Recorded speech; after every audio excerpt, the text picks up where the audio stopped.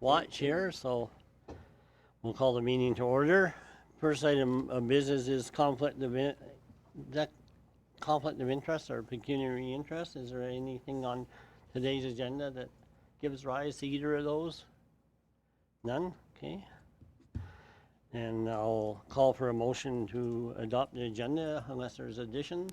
Councillor Simpson?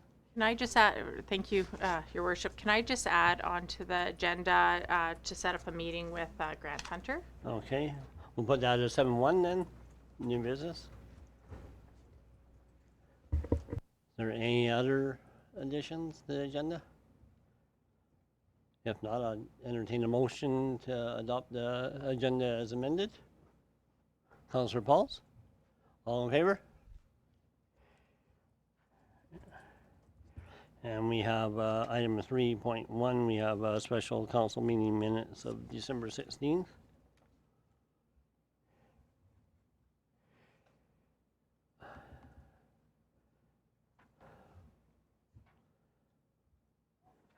Councillor Holm? Minutes as presented. Okay, thank you. Any discussion? You seeing none, I'll call the question. All in favor? Okay, that's carried. All right. Sorry, there was one thing on those minutes that sorry, Your Worship, one thing on those minutes that I drew attention to, Councillor Avery's motion regarding the service agreement with Old Man Regional Service Commission that starting January 1st, 2020 and ending January 1st of 2021. Should it be December 31st of 2020? Or is it okay to have it that way?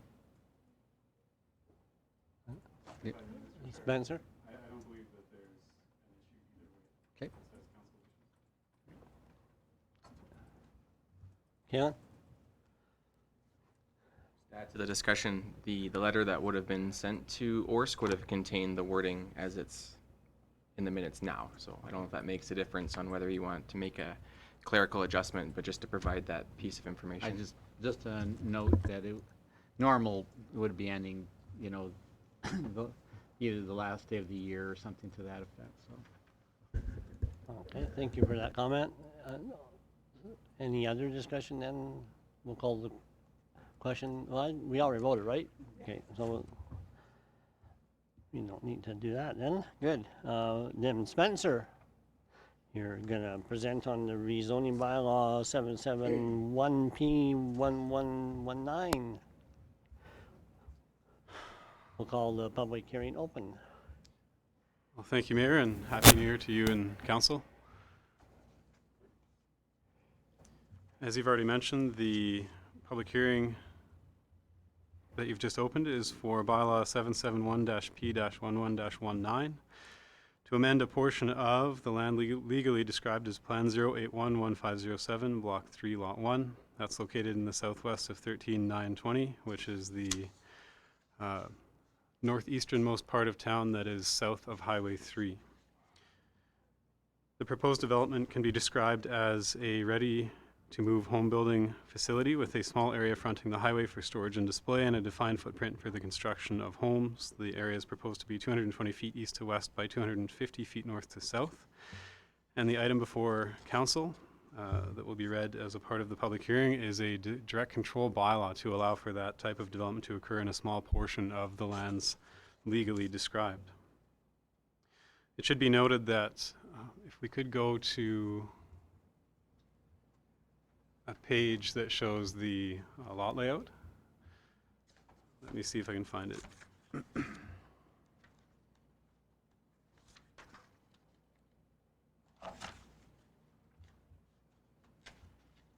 I've got a lot of blank We could go to page 24.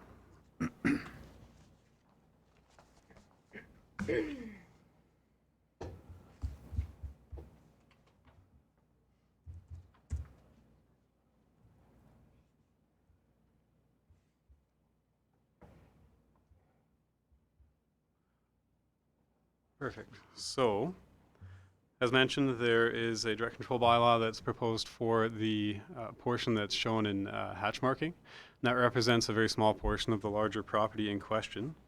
Again, that site is about 220 feet east to west by 250 feet north to south, a very small portion of a 33.3 acre parcel. The intent of the direct control bylaw that is the focus of this hearing is to allow for the RTM facility to be constructed and operational on that portion of land. It should be noted that this would constitute a partial rezoning, which is when one part of a property is rezoned instead of the whole property. It's not typically a common practice, but it can be effective in managing proposed developments in certain circumstances, such as is the case with this application. I'll just make a few points of note from the application and from the land use side in terms of impact and mitigating those impacts if council wishes to approve this bylaw. The applicant recognizes the ultimate future intended use of the property is likely to be a mix of highway commercial near Highway 3 and residential development south, and that as such, the proposed RTM facility that would be allowed by way of the draft direct control bylaw would be transitional in nature in that it could be relocated relatively easily once the use becomes incompatible with future growth in the area. So that's with reference to the fact that the 33 acres itself is directly east of existing and future phases of Parkside, the Parkside neighborhood. And as such, the RTM construction and sales facility could be moved at such a time that that were to become an issue in the future. The direct control land use district itself is typically used in instances such as this, where the circumstances of a particular development are such that the regulation and control by other land uses is inadequate when considering a number of shorter and longer term variables. In this particular instance, the applicant has requested a portion of their property be rezoned, as discussed. With the building of RTM homes, this would best fit under light industrial or industrial land use, but again, because that zoning would open up that piece of property for many other uses that aren't suitable there, direct control would be the logical next best choice. The proposed bylaw as attached to this council package has been drafted to allow for consideration and management of on-site and off-site potential impacts, including traffic and access routes, noise and debris, the storage and display of construction materials, operating hours, and any other matter that might be deemed necessary to address by the town. In terms of public engagement, the public hearing was advertised for 2 consecutive weeks in the Sunny South newspaper and mailed to adjacent property owners as of the date of the preparation of this report and today's meeting. There has been no feedback from any adjacent or area landowners. In addition, the application for the direct control bylaw was circulated to Lethbridge County as well, and they provided the following comments. They have no issue with the application. They wish to note that the developer will need to comply with policy 4.6.8 of the intermunicipal development plan, and that focuses on the aesthetics and visual appeal of entranceways into and out of the town. They also note that the development permit be sent to the county for review, as it would be considered a discretionary use under the direct control zoning. So that would be in the case that council wishes to approve the bylaw. The county would like to receive a copy of that development permit before it's decided on, and that's standard practice as part of our intermunicipal development plan. They next note that lighting should be considered in the development permit so it does not affect adjacent property or the highway. And lastly, they note that access for the proposed use should be detailed in the development permit. The county's full letter is also attached at the end of this report if anybody wishes to review it in full. However, those are the key highlights from that letter. The applicant has also approached a number of adjacent property owners with a form letter describing the intent of their application for direct control zoning. 6 of those letters were signed by adjacent property owners and are attached to this council report as well. With that being the final comment, I'll open up any questions, or I'll address any questions that council might have at this time. Thank you. Any questions through to administration? Councillor Chapman? Thank you, Worship. Speaking in favor of the proposed bylaw, just a couple of questions. One, the applicant was speaking about 4 lots. That's outside of this proposed bylaw, if I'm correct. Yes, through the chair to Councillor Chapman, I did have a quick note in the report that I'll just read it out for the sake of clarity. With reference to the subdivision portion of the application, I'll note that the applicant mentions subdivision in their cover letter and in the letter signed by their neighbors. While it is recognized that this is a desire of the applicant, it has been clarified that the subdivision of parcels out of the subject property is a separate process governed by a separate authority, and with that being the Municipal Planning Commission. So with that being the case, consideration of the subdivision portion of the application is not necessary at this time by council. Just a secondary question, the applicant also speaks about of a 15-year window for the direct control. Does that conclude at the end of 15 years or until a rezoning or a new application comes in? Through the chair to Councillor Chapman, excellent question. Ultimately, the way we need to address the 15-year time limit that's been offered by the applicant is to essentially I recognize that offer's been made and go about dealing with that in a different way. The reason that that's the case is because in the land use bylaw, the maximum time we can put on a temporary permit is 6 months. And beyond that, really what becomes more important is enforcing things such as Schedule 10 of the land use bylaw, which is industrial and commercial standards. So in that sense, what I'm saying is there are many other mechanisms to control when this or if this development becomes incompatible with adjacent residential and commercial growth, other than to attach a specific time limit to the permit. So I would suggest that a specific time limit isn't necessary in this case, and instead other mechanisms can be used to address that. Thank you. Just one final, just more of a note that the county's letter to you is titled for Picture Butte. So if that was more of an oversight on their part. Through the chair to Councillor Chapman, yes, that was a bit of a clerical error, I believe. In many other communities, just like in Coaldale, we use form letters to prepare our comments, and that was something that was missed by them. But they have reached out and noted that to us. So it wasn't prepared in error. It was meant for Coaldale, but it did say Picture Butte. Any further questions or comments? Okay. And is there anybody in the gallery that wishes to speak for or against the bylaw? Okay. The proponent is here, but he feels that Spencer has probably adequately fit the bill on all that. So, all right. So, does anybody else? I'll give them one last chance. Anybody? Does council feel they have enough information to make a determination on the bylaw? Okay. All right. With that, I will close the public hearing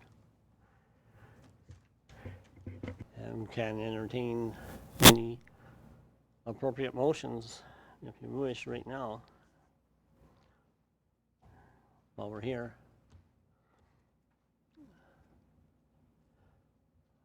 We can entertain Councillor Chapman. You want to support second reading? I'll move for second reading. Okay, Councillor Chapman sponsors second reading of the bylaw. Any discussion? All in favor? Okay, that's carried. And Councillor Simpson? Thank you, Your Worship. I'll move for a third reading. Okay, thank you. Any discussion? Call the question, all in favor? And that's carried. So that deals with 6.1 at the same time. So then we have Kyle to present on 6.2. Welcome, Kyle. Yes, good afternoon. So in front of you we have the 2020 utility rate bylaw for a third reading. First and second were approved at the December 16th council meeting. Just noted that two items in question before, 5.1 and 5.2, have been adjusted for the correct service level and pickup schedule for the town of Coaldale. If council has any questions on this bylaw. Does council have any questions or concerns? Councillor Holm? Just on 5.1, domestic consumers shall be billed, if we can go to that. I think it's on page 5 of 9.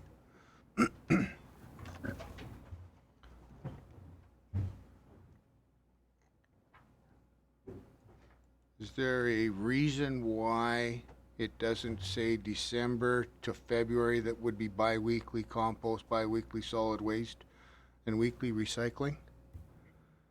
The reason is just because the bylaw is effective January 1st, so we just started off January to February, and we went March to November, and then December on the third line there, just so it's in order of the months. Okay, fair enough. I just, I asked. because December through February are all the same part of the bylaw, so thank you. Councillor Lloyd? Thank you, Your Worship. This is just a question of interest. Do you have stats on how much is collected every week? Like, for instance, the recycling, do we have to do that every week? Like, we only need it every other week, or maybe even once a month, but is it necessary to do it every week according to what you're picking up? Do you have stats on that? The contractors do have to weigh their loads before they're dumped, so we do have stats as to how much they're picking up every week, every month. So if that's a discussion council would like to have, or something that they would like to look into, something administration could bring back in the future.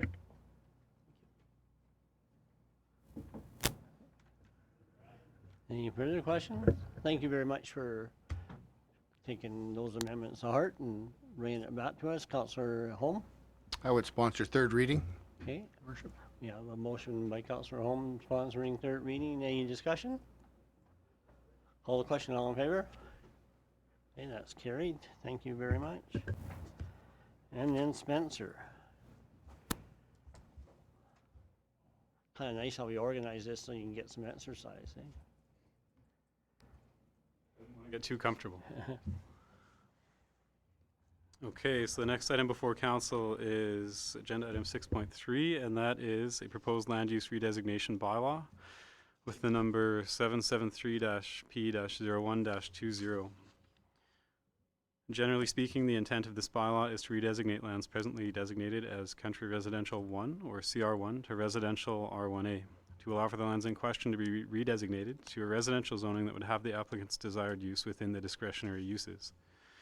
The desired use for this particular property is institutional facilities and uses. And the reason that that is the desired use is that the applicant's client is proposing to build a residential care facility, which as per the bylaw means that it is the use of a building or portion of a building as a facility for which social, physical, or mental care is provided to 5 or more people who live in the facility with at least one staff person present at all times. The residential character of the development would be primary, with the occupants living together as a single housekeeping group and using cooking facilities shared in common. So that's the technical description of that land use. Lana, if we could bring up page 6 of the agenda package. The location of the property in question is a corner lot off of 31st Ave and 12th Street in Fieldstone Meadows. And while we don't typically consider aspects of a proposed development permit in a redesignation bylaw, just to give this particular bylaw context, the applicant has been helpful in providing some conceptual illustrations that are also attached to the end of this package. At this time, I would suggest that these types of things are more necessary to consider during the public hearing. However, it is information that council may wish to note as a part of this bylaw. So at this time, I'm happy to answer any questions, and of course, ultimately, the recommendation would be to provide first reading and schedule a public hearing for February 10th. Any questions through to administration?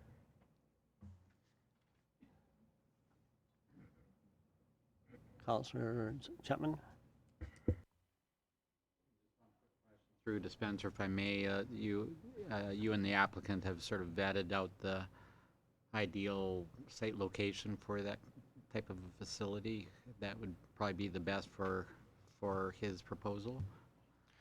Through the chair to Councillor Chapman, I wouldn't say that it was a decision between any town representative and the applicant. It was simply the applicant bringing the idea forward, and we worked with them to identify suitable zoning. In this case would be R1A, and then we're just starting the process with them, and they've been helpful in the sense that they've provided some conceptual illustrations beyond what they would typically be expected to provide at this point in time.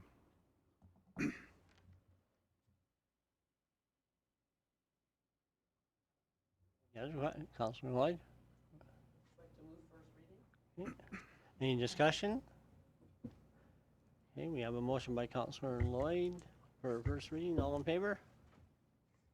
Okay, and opposed? Councillor Pauls? All right. Thank you, Spencer. Thank you. And then we're on to 7.1, so Councillor Simpson. So I just think it would be really important to set up a meeting with council with Mr. Hunter. So I'll just go into making the motion. So I move to have administration contact Grant Hunter's office and set up a meeting with him and council at his earliest convenience. Discussion?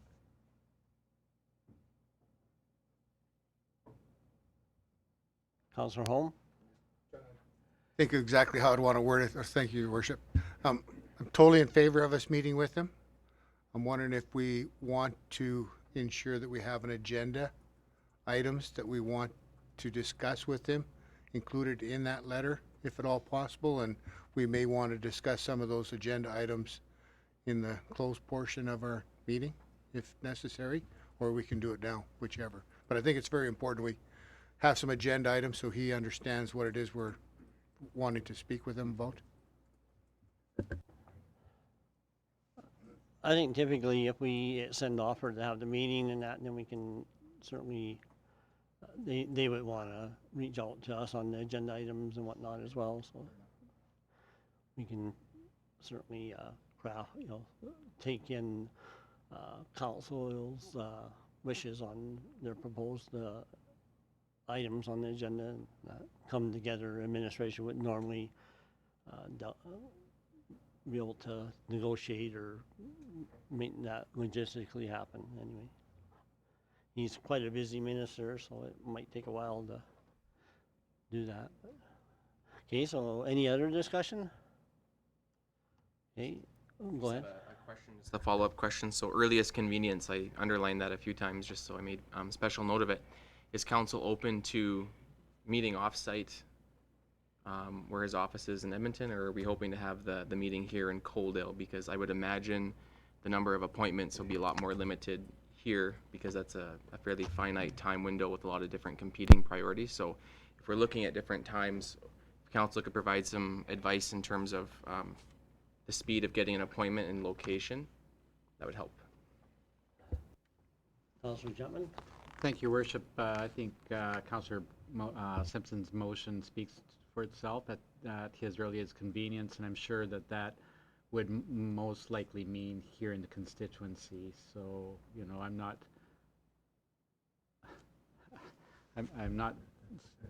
too keen on making a special trip to Edmonton but even if we had to go to Tabor for that matter, I would support that, but at his earliest convenience is a good wording in the motion.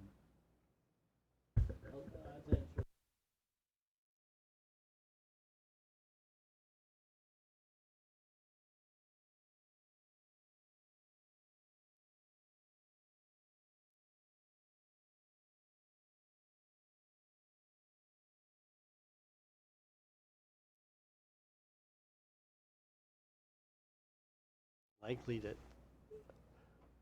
early meeting might have to take place off-site as opposed to, so I guess we could word it, maybe amend when you're,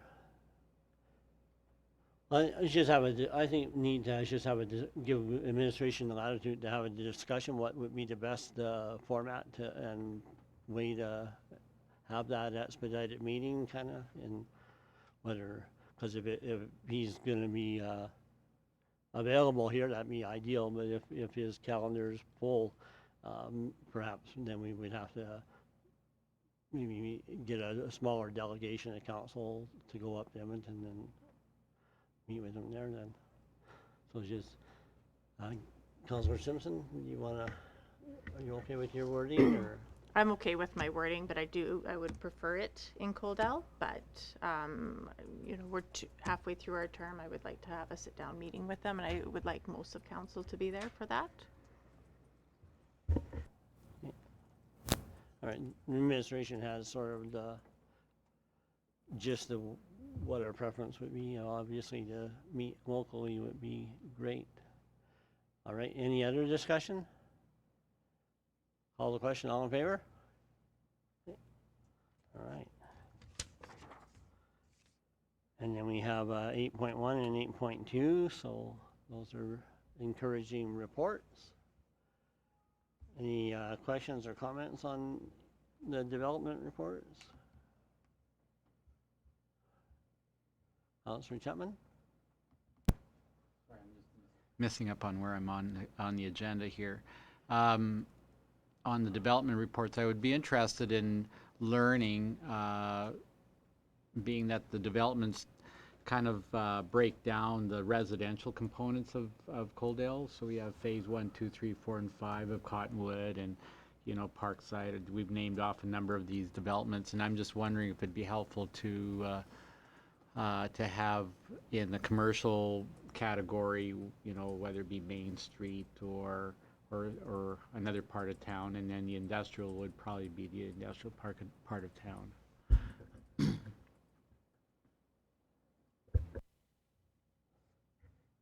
And Kalen, do you want to? Yeah, thank you, Mr. Mayor. Just through to Councillor Chapman. So a higher number of categories that explains where in town the developments are taking place, and as opposed to just a general category that doesn't specify.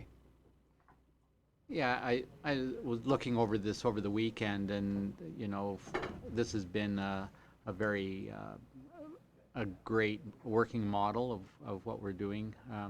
I think it'd be interesting to see in terms of industrial or commercial,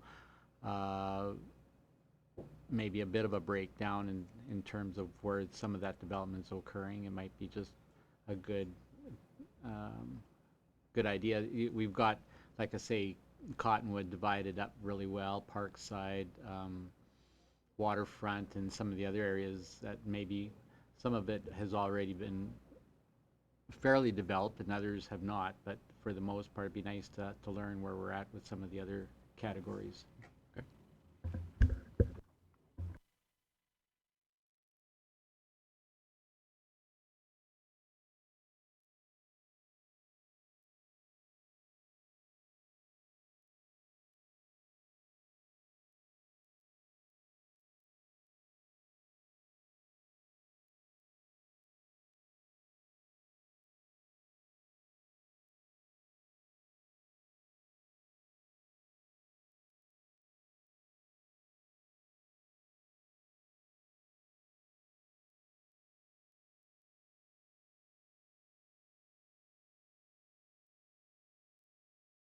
A couple of sorry, I didn't push my lights soon enough. Just a couple of exciting brag moments with some grant dollars that were received. So the first one, we received confirmation from Municipal Affairs for funding for the planning intern, so which we're quite excited about that. As well as we received funding from the Alberta Recycling Organization for funding for Eastview Park. They're the shredded tire, recycled rubber organization, so we're quite happy about that as well. So I just wanted to make sure that those got highlighted while they were placed here on information. Good. Kudos to the grant writers that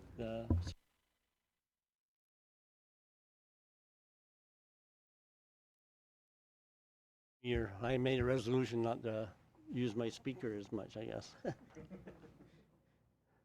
Okay, so we have a motion by Councillor Chapman to receive those items for information. All in favor? Okay. Yeah. Okay. And it appears that we are at the end of the open session of council, so a motion to go into closed session, please. Councillor Simpson, all in favor?